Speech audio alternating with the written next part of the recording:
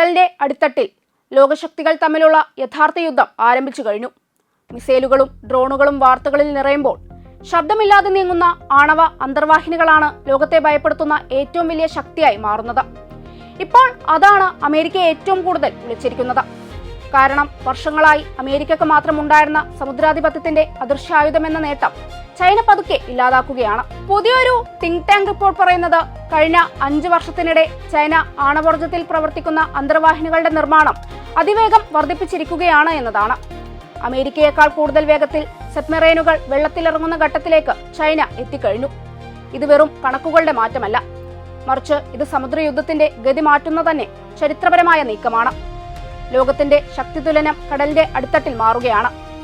International institute for strategic സ്റ്റഡീസിന്റെ report അനുസരിച്ച് people's liberation army നേവിയുടെ ആണവ ഉപസേനയിൽ ബാലിസ്റ്റിക് മിസൈൽ അന്തർവാഹിനികളും ആക്രമണ അന്തർവാഹിനികളും ഉൾപ്പെടുന്ന വലിയ ബിൽഡപ്പാണ് നടക്കുന്നത്. 2021 മുതൽ 2025 വരെയുള്ള കാലയളവിൽ ചൈന വിക്ഷേപിച്ച ആണവ സബ്മറൈനുകളുടെ എണ്ണം അമേരിക്കയെ മറികടന്നു. അമേരിക്ക 7 സബ്മറൈനുകൾ വിക്ഷേപിച്ചപ്പോൾ ചൈന 10 എണ്ണം വിക്ഷേപിച്ചു. ടൺ ഭാരത്തിന്റെ കാര്യത്തിലും ചൈനയുടെ നിർമ്മാണശേഷി അമേരിക്കയെ പിന്നിലാക്കി.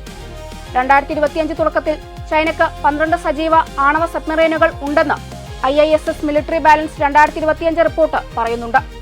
ഇതിൽ 6 ബാലിസ്റ്റിക് മിസൈൽ സബ്മറൈനുകളും 6 ആക്രമണ ഗൈഡഡ് മിസൈൽ ബോട്ടുകളും ഉൾപ്പെടുന്നു. ഇതിൽ മറ്റൊരു നിർണായക കാര്യം ചൈനയുടെ പരമ്പരാഗത ഡീസൽ ഇലക്ട്രിക് സബ്മറൈൻ ഫ്ലീറ്റ് ആണ്. 46 ബോട്ടുകളുള്ള ഒരു വലിയ കൺവെൻഷണൽ ഫ്ലീറ്റ് ചൈന നിലനിർത്തുന്നു. അമേരിക്കക്ക് കൺവെൻഷണൽ സബ്മറൈൻസ് ഇല്ല. അവരുടെ എല്ലാ സബ്മറൈനുകളും ആണവോർജ്ജത്തിൽ പ്രവർത്തിക്കുന്നവയാണ്.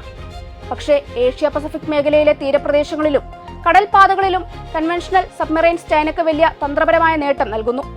അവ ചെലവ് കുറഞ്ഞതും വേഗത്തിൽ നിർമ്മിക്കാവുന്നതുമാണ്. ഈ സബ്മറൈൻ ബിൽഡപ്പിന്റെ കേന്ദ്രമാണ് വടക്കൻ ചൈനയിലെ Bohai ship building heavy industries company, പ്രത്യേകിച്ച് Huludao yard. Bohai boom time എന്ന തലക്കെട്ടിൽ വന്ന IISS റിപ്പോർട്ട് പറയുന്നത് ഈ കപ്പൽശാല ചൈന വൻതോതിൽ വികസിപ്പിച്ചതായാണ്.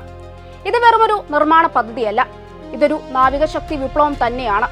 കാരണം ഈ യാർഡ് കൂടുതൽ സബ്മറൈനുകൾ നിർമ്മിക്കാൻ മാത്രമല്ല, ഭാവിയിൽ കൂടുതൽ അഡ്വാൻസ്ഡ് SSBNകൾ ഉൾപ്പെടെ വൻതോതിൽ ഉൽപ്പാദിപ്പിക്കാൻ കഴിയുന്ന രീതിയിലാണ് വികസിപ്പിച്ചിരിക്കുന്നത്.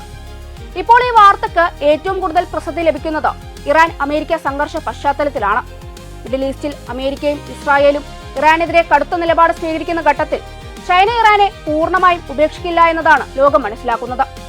കാരണം ഇറാൻ ചൈനക്ക് ഒരു സാധാരണ സഖ്യം മാത്രമല്ല, അത് ഊർജ്ജ സുരക്ഷയുടെ ഹൃദയഭാഗം കൂടിയാണ്. അതുകൊണ്ട് തന്നെ ചൈനയുടെ നാവിക ബിൽഡപ്പ് വെറും അമേരിക്കയെ മറികടക്കാനുള്ള ശ്രമം മാത്രമല്ല, ഇറാനെ പോലുള്ള രാജ്യങ്ങൾക്ക് പിന്നിൽ നിന്ന് സംരക്ഷണ കൂട നൽകാനുള്ള തന്ത്രം കൂടിയാണ്.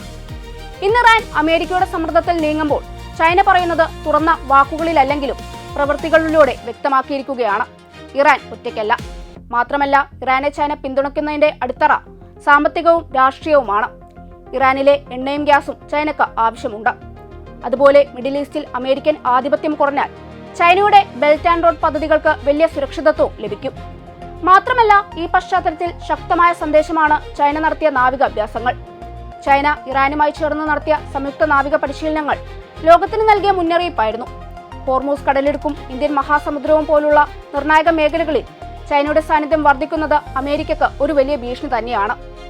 IISS റിപ്പോർട്ട് ചൂണ്ടിക്കാണിക്കുന്നത് ടൈപ്പ് 094 ബാലിസ്റ്റിക് മിസൈൽ സബ്മറൈനുകളെയാണ്. ഭൂഖണ്ഡാന്തര ബാലിസ്റ്റിക് മിസൈലുകളും ബോംബറുകളും മാത്രമല്ല, ഇനി കടലിന്റെ അടിത്തട്ടിൽ നിന്നും പ്രതികരിക്കാനുള്ള ശേഷിയും ചൈനക്ക് ശക്തമായി രൂപപ്പെടുകയാണ്. അതായത് ഇറാനെ പോലുള്ള സഖ്യരാജ്യങ്ങൾ ആക്രമിക്കപ്പെടുന്ന സാഹചര്യം ഉണ്ടായാൽ പോലും ചൈനയുടെ ഭീഷണി അമേരിക്കയെ പിന്മാറാൻ നിർബന്ധിതരാക്കാം. ഇനി വരാനിരിക്കുന്ന ഏറ്റവും ഭീതിജനകമായ അധ്യായം ടൈപ്പ് 096 SSBN ആണ്. ഇത് ഈ ദശകത്തിൽ തന്നെ നിർമ്മാണം ആരംഭിക്കുമെന്ന് റിപ്പോർട്ടുകൾ സൂചിപ്പിക്കുന്നു. അതേസമയം ചൈനയുടെ ഗൈഡഡ് മിസൈൽ സബ്മറൈനുകൾ സംബന്ധിച്ച വിവരങ്ങളും റിപ്പോർട്ട് നൽകുന്നു. കുറഞ്ഞത് 6 SSGN ഹള്ളുകൾ കഴിഞ്ഞ 5 വർഷത്തിനിടെ ചൈന വിക്ഷേപിച്ചതായി IISS റിപ്പോർട്ട് വിലയിരുത്തുന്നു. ഈ ബോട്ടുകൾ വെർട്ടിക്കൽ ലോഞ്ച് സിസ്റ്റം ഉപയോഗിച്ച് അതിവേഗ കപ്പൽ വിരുദ്ധ മിസൈലുകൾ വിക്ഷേപിക്കാൻ കഴിയുന്നവയാണ്. ഒരു യുദ്ധ സാഹചര്യത്തിൽ അമേരിക്കൻ കപ്പൽപ്പടയെ നേരിട്ട് ലക്ഷ്യമിടാൻ ഇവക്ക് കഴിയും. ഇത് വെറുമൊരു നിർമ്മാണ പ്രശ്നം മാത്രമല്ല, മറിച്ച് ഇത് അമേരിക്കയുടെ സൈനിക വ്യവസായ ശക്തിയുടെ തകർച്ചയുടെ സൂചന കൂടിയാണ്. നാവിക സെക്രട്ടറി തന്നെ കോൺഗ്രസിൽ പറഞ്ഞത് എല്ലാ പദ്ധതികളും കുഴപ്പത്തിലാണ് എന്നാണ്.